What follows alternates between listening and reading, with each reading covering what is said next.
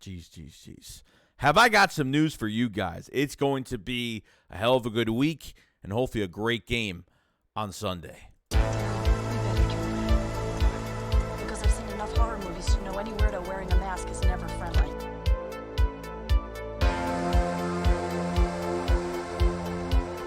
What is going on, guys? Hope everyone's having a fantastic day. So got some news for you. Update for the Philadelphia Eagles and some other news as well. Jordan Davis looks like day by day he is coming back. And then the news kind of surfaced what's been going on with Jordan Davis. You know, the past 4 weeks he's been out. And I got to tell you, it's good news. It's all very good news. In the 4 weeks that he was out, he dropped 20 pounds, okay, which is really good. And it has been working on his conditioning with the conditioning coaches and all that stuff, which I think is amazing. I know we've all had a problem with his conditioning, can't be in games for long, but holy crap, dude, dropping 20 pounds. So what is he? If he was like, 330? What is he, 310? I mean, at this point, I thought he was, before he got injured, he was probably, 328, 330, something like that. Dropping 20 pounds, as athletic as he looks with the 20 pounds, what is he going to look like dropping 20 pounds and making it a huge focus, which I'm really glad this probably was a good thing that he worked on. I thought he was going to rehab and he was going to come back, and that was pretty much it. But the rehabbing went well, and then he just conditioned for so long and did so much, which is a really good thing. So now in practice, they're trying to find out what's the good combination with Jordan Davis going into the games. You know, obviously the rest of the season. They've been pairing up Jordan Davis next to Linval, Jordan Davis next to Adamakin Sue. They've been trying to find that right combination. So you might not have Linval and Sue in the game at the same time, which, on the line at the same time, which is perfectly fine. Okay, so whatever combination matchup that they like, it's going to be really good. Not only helping those defensive tackles, but helping the edge rushers as well, because one of them could get double teamed. Jordan Davis is likely to get double teamed. On top of Fletch, Hargrave, Linval Joseph, Adamakin Sue, now getting Jordan Davis back. It's a lot of meat in that sandwich. I've been saying that nonstop since this news has been coming out about Jordan Davis, and I'm telling you right now, it is going to be unstoppable.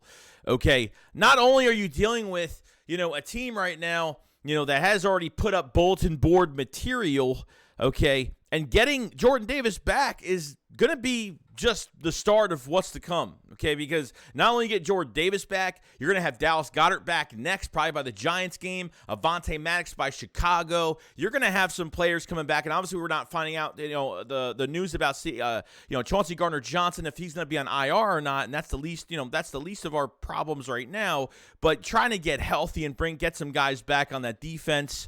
Jordan Davis is going to make a huge difference. And I think since we drafted him, people weren't very thrilled about it. And his conditioning has been somewhat of an issue. Okay, but this is a really good start for not only this year, but also going into next year's offseason as well. He's going to be a lot faster, going to be a lot better, and it's going to help out so much. Okay, so I thought that news was really, really good. They even put him on a goal line. They even put him on, I think, the field goal unit, special teams unit, as an extra blocker as well. So if they're doing all of this right now during practice, and from what we've heard at practice since he's been back, it seems like he looks a lot faster. And Jordan Davis felt like he was a lot quicker, which is a really good sign. So if they're trying to figure out these combinations right now of who they want to line up Jordan Davis next to, for a fact they want to get him involved, and for a fact that it looks like he's cleared for this week. I'd be shocked if he's not, but it looks like they're doing everything they possibly can to get him ready for Sunday, and couldn't be any happier about it, which is awesome. Okay.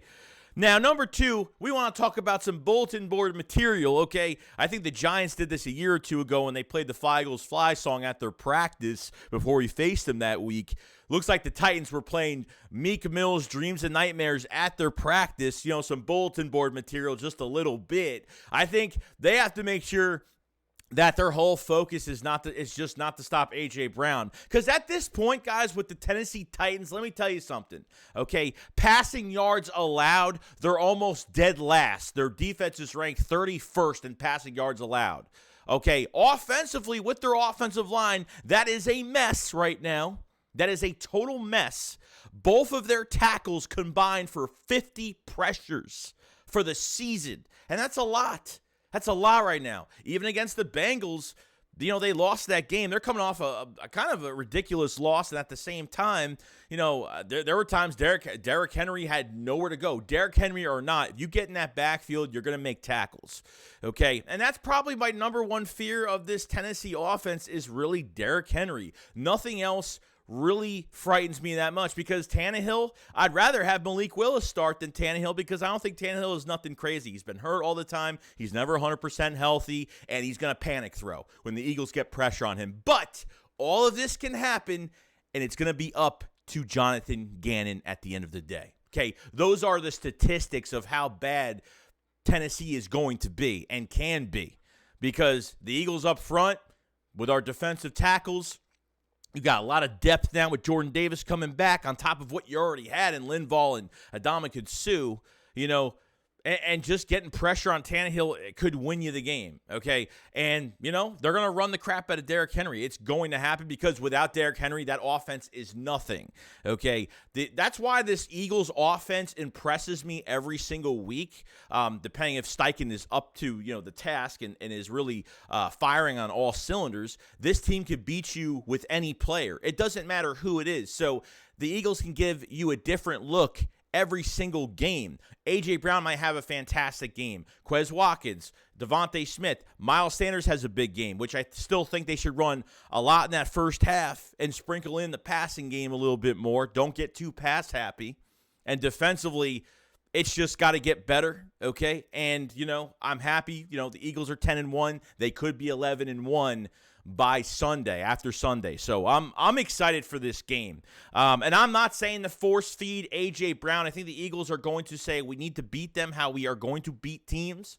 Whatever game plan is up for the task, whatever player they're trying to scheme, whatever weaknesses they can expose in that Titans defense, they're going to expose it. And I think any one of these wide receivers, in the exception of A.J. Brown, could have a fantastic game. So this team playing dreams and nightmares at their practice, you're just putting more bulletin board material up, and this game is in Philadelphia. So that's all I got to say about that when it comes to that. Okay. Now, lastly, I want to go over the Saints pick. Now, I kind of went over it the last when we faced the Packers, kind of went over that, but obviously more games were played. So because the 49ers beat the Saints 13-0, it looks like that pick went to 7th overall. Now, because Pittsburgh won their game, okay, the Pittsburgh Steelers won that game, that pick actually went up one spot. So now that pick is at 6th overall, which I think it's just going to help. I mean, look, they have the Browns left, they have the Falcons left, they have a few teams, that I think they could win one game out of the next 4 or 5 that they have, 6, whatever games that are left right now. I looked at their schedule and I feel like it favors them. It will favor a little bit more, but I feel like they will lose more games. I feel like this pick, maybe not top 5. It could be top 5, depending on a couple matchups. But I think this pick could stay within the top 10, and I think that's absolutely insane, absolutely perfect. So can't complain about that whatsoever. So other than that, guys, that's pretty much it. I mean, I've looked at a lot of news. I've looked at a lot of statistics. I've seen, because I've watched the Tennessee Titans a little bit. They faced a couple, they faced the Giants before. They played some games, so I've watched them a little bit, and I feel like with Malik Willis, they played a little bit better. It turned their offense, it made their offense a little bit more dangerous with Malik Willis, because at this point, I don't like their quarterback. I've never liked their quarterback. He's always hurt. I think he panic throws. I think the offensive line has been one of the worst offensive lines to protect. And really, you take Derrick Henry out of that game, they're not doing anything to the Eagles offensively. It's just not going to happen. Now, this really depends on Jonathan Gannon and what he does, because I feel like he's going to give them free yards and move these corners 8 yards back. And, look what you did when you ran 2 stunts against Green Bay last week. You had 2 sacks for 2 stunts. I mean, literally. You got to do more of that. I feel like there's just, obviously every week I say the same thing about this defense, and everyone thinks I'm nitpicking, and everyone thinks, this defense, This is just a philosophy of Jonathan Gannon, which I will never like, and that's just my opinion, whether you like it or not, and that's just the way it's going to go. So, other than that, guys, that's pretty much it. Let me know what you guys think about that Saints pick. Where do you think that pick is going to end up at the end of the year? The Eagles versus Titans matchup.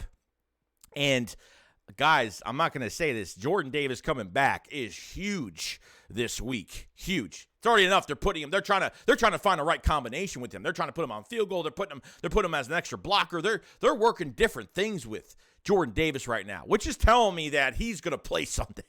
Okay, they're not going to announce it until Sunday probably before the game starts, but I feel like he's playing. And you have more players that are going to come back healthy on the way. Reinforcements are coming back not only to your offense, but to your defense as well. Avonte Maddox is sorely missed because I do not like Josiah Scott. It's been kind of crazy. So let me know in the comment section below what you guys think about Jordan Davis coming back. How big is that move? And obviously the Tennessee Titans with some bulletin board material as it is. They want a piece of Philly. Well, they're going to get it this Sunday. And I hope the Eagles do it. I'm not worried about the offense too much. I know they'll make the adjustments, but that defense, every week I always worry. Every single week. Okay, if you face Jordan Love, if you're facing Jordan Love on second down and you only rush 3 guys, it's a problem. Okay, 4 plays for 73, 74 yards. It's a problem. When Aaron Rodgers was hurt with his thumb and his ribs and everything like that, you don't even take the kill shot. You're just like being too easy on him because he's injured. That's a problem. Okay, the special teams, I don't know what they're doing with that new wide receiver they signed. I have no idea. But they got to figure something out. Apparently, they're making changes to special teams. Is Covey going to be gone? Is that new receiver going to be pulled up from practice squad to be a new punt returner or kick returner for Boston Scott? Is there changes going to be made? You can't allow 4 kickoff. You can't allow 4 kicks coming back between 40 to 50 yards, giving teams that much field position. It's just ridiculous.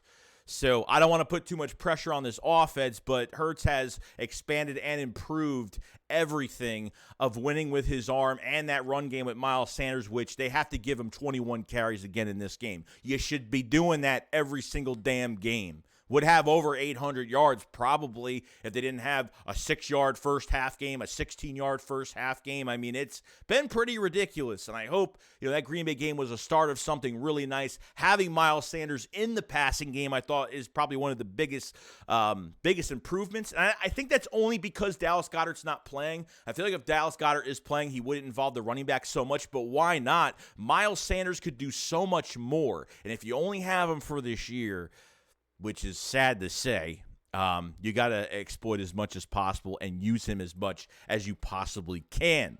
So let me know on all that news, and we'll be back on the next update for the Philadelphia Eagles. I'll see you guys later. SHAKESQUAD up, follow, slide. Peace out, guys. Peace.